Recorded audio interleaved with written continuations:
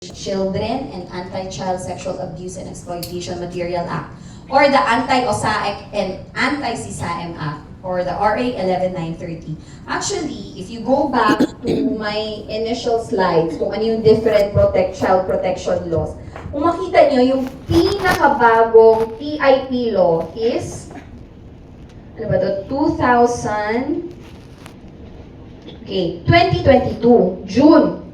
Tapos, may bago na August, etong anti-online sexual abuse. But, the punishable acts under the Anti-OSAEC and Anti-CSAM Act are already punishable under the TIP. Parang ito, this law was passed kasi nag-lapse siya into law. Hindi nag-sign yung president, but nag-lapse siya after 30 days, hindi nakita. That's why it became a law. Although, eto siya, this focuses more on online sexual abuse. Okay? Yung TIP, online and offline sexual abuse. So, this one, under this law also, one of the provisions there states that when you commit a crime here, you can still file cases under other laws. So, meaning parang dalawa na. Usually kasi sa atin, pag same acts lang or same elements, pili ka lang kung ano yung crime na ipa-file mo. Kasi pwede maging double jeopardy. Hindi naman pwede, di ba, maraming crimes for the same act. But this one, it specifically says, if you file a case for anti-OSAEC, here, you can still file a case for other laws. Okay? So, pwede ka pa rin mag-file ng TIP. So, pwede marami. Okay? So before I start, so there's another video presentation on what OSAEC means. So, para lang at least you'll have an overview of what OSAEC and CSAM means. And after that one, we'll just be discussing two punishable acts. Okay? So,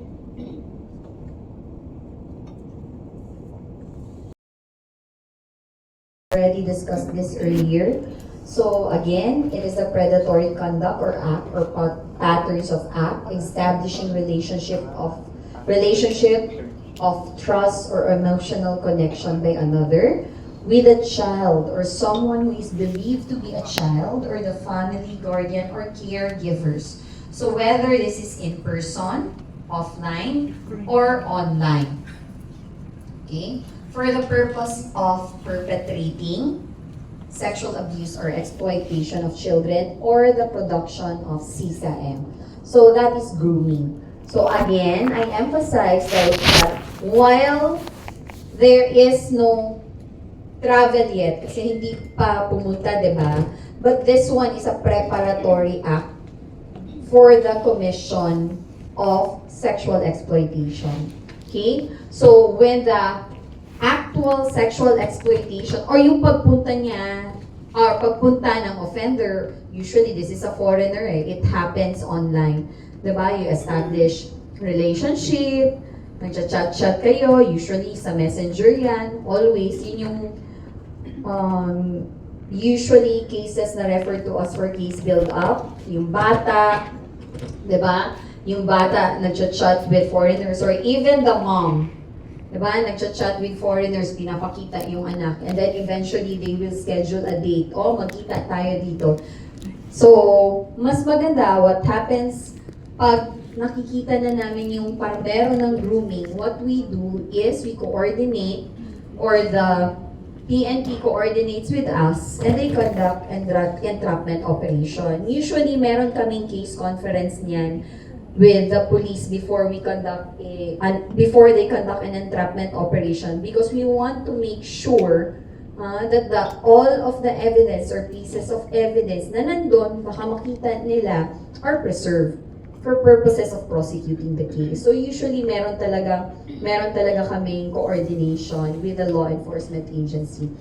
So that's grooming. So if ever na-entrap yung tao, marami kang case na ma-file. You have grooming, which is the preparatory act, yun yung initial act, and then the actual act of trafficking in persons. Diba?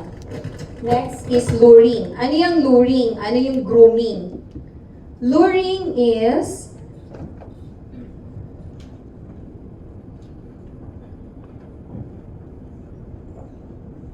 it refers to the act of communicating by means of computer system. So yung grooming, ano siya, over the passage of time, continuous yung communication. Etong luring, communicating by means of a computer system with a child or someone who the other person believes to be a child for the purpose of facilitating the commission of sexual activity or the production of any CSAM.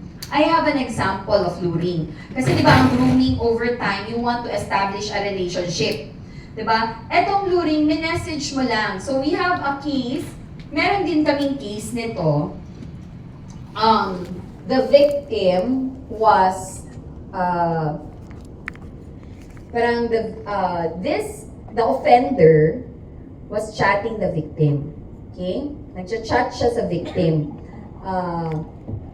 Bibigyan kita ng pera, send ka ng video. So, hindi siya pinapansin kasi child, di ba? Eh, lumaki yung money and this victim is living with a grandparent. Di ba? So, hiwalay yung parents. So, kailangan niya daw ng pera for her schooling.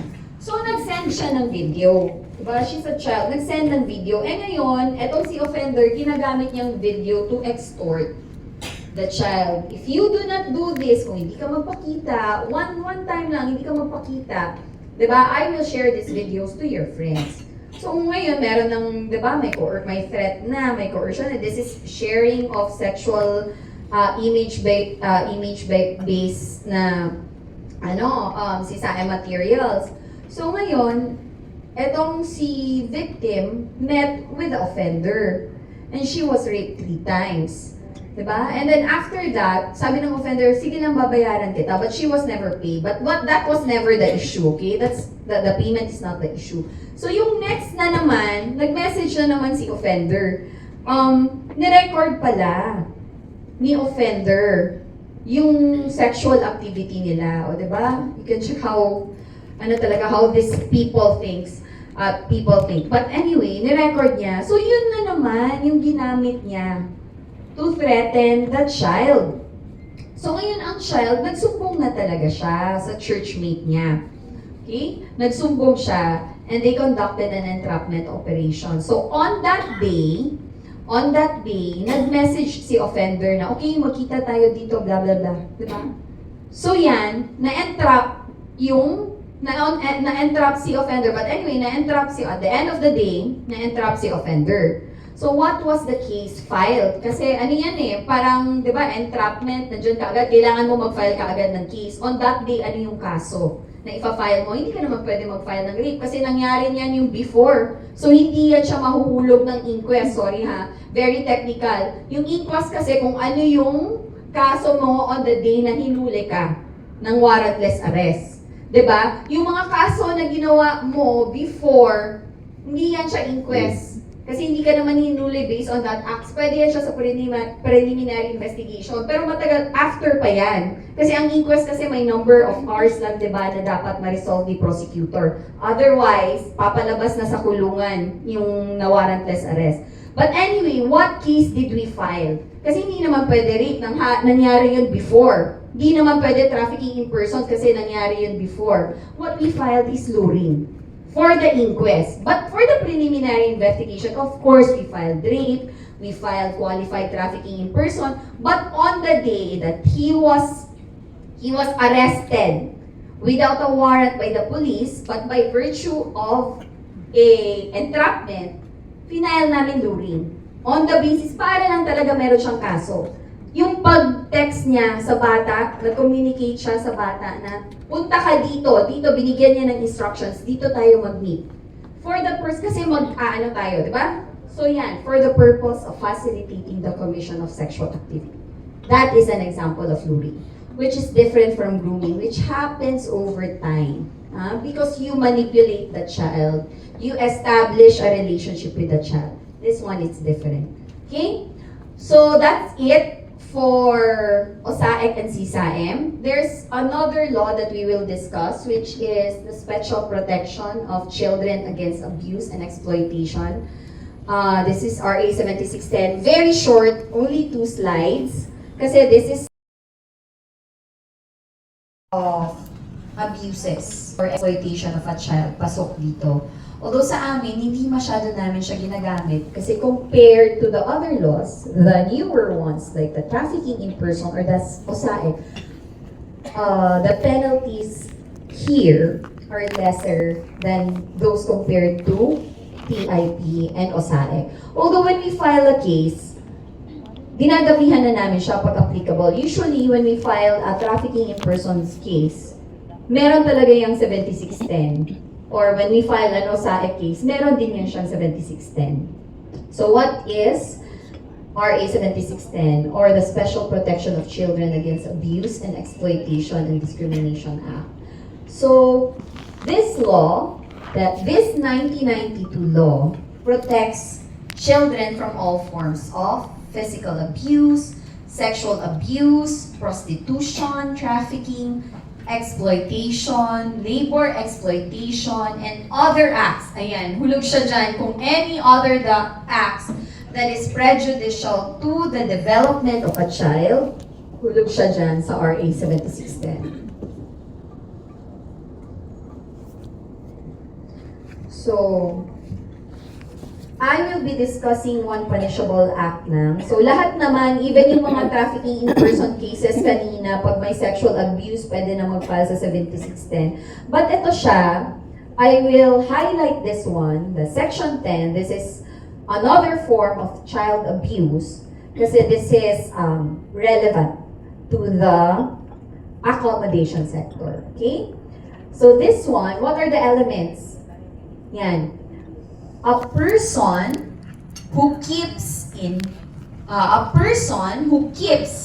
or has in his company a minor, okay, not a child, okay, a minor, 12 years or under, or who is 10 years or more his junior.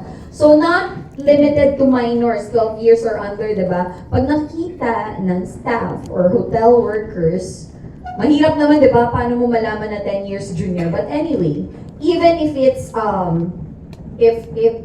even if it is an adult already, 18 years or more, but junior siya sa kasama niya by 10 years, in any public or private place, hotel, motel, beer joint, discotheque, cabaret, pension house, sauna or massage parlor, beach, and or other tourist resort or similar places, you can be held liable under Section 10.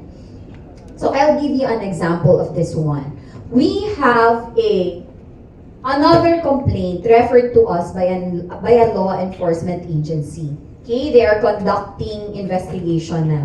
So this is under case build up, and the investigation is ripe for. The investigation is ripe for an entrapment operation. So, the story of this one is that the offender is offering children, boys, to foreigners. Yan. And then our law enforcement agency conducted OSINT, yung mga online search lang, or Facebook. Yan. And then, nakachat niya itong si offender. Okay? So, nakachat niya si offender and then he pretended, because he is an undercover agent, he pretended that he is a foreigner. Okay?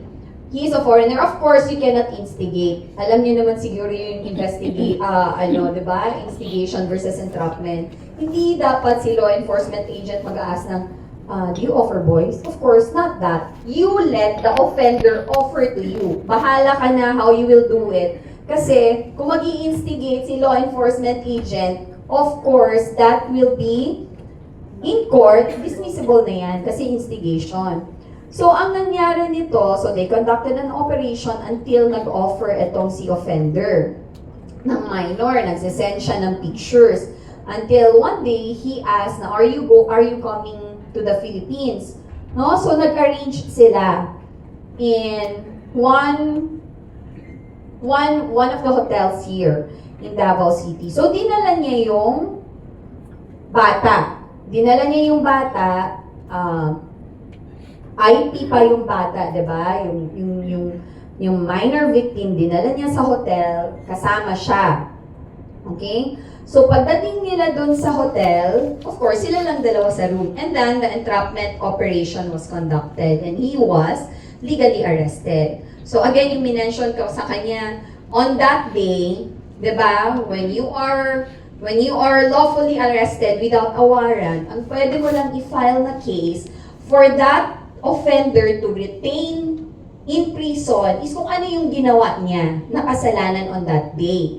Diba? So, hindi mo siya pwedeng filean ng qualified trafficking, wala pa namang nangyari, diba? Hindi mo siya pwedeng filean ng yung mga possession of mga or production of CSIM materials kasi nangyari yun before. Of course, we will file a case for that, pero yung immediate na ipa-file mo, anong nangyari nung araw na yun? So, we filed this case. Kasi, yung offender is not related to the victim. And the victim is a minor.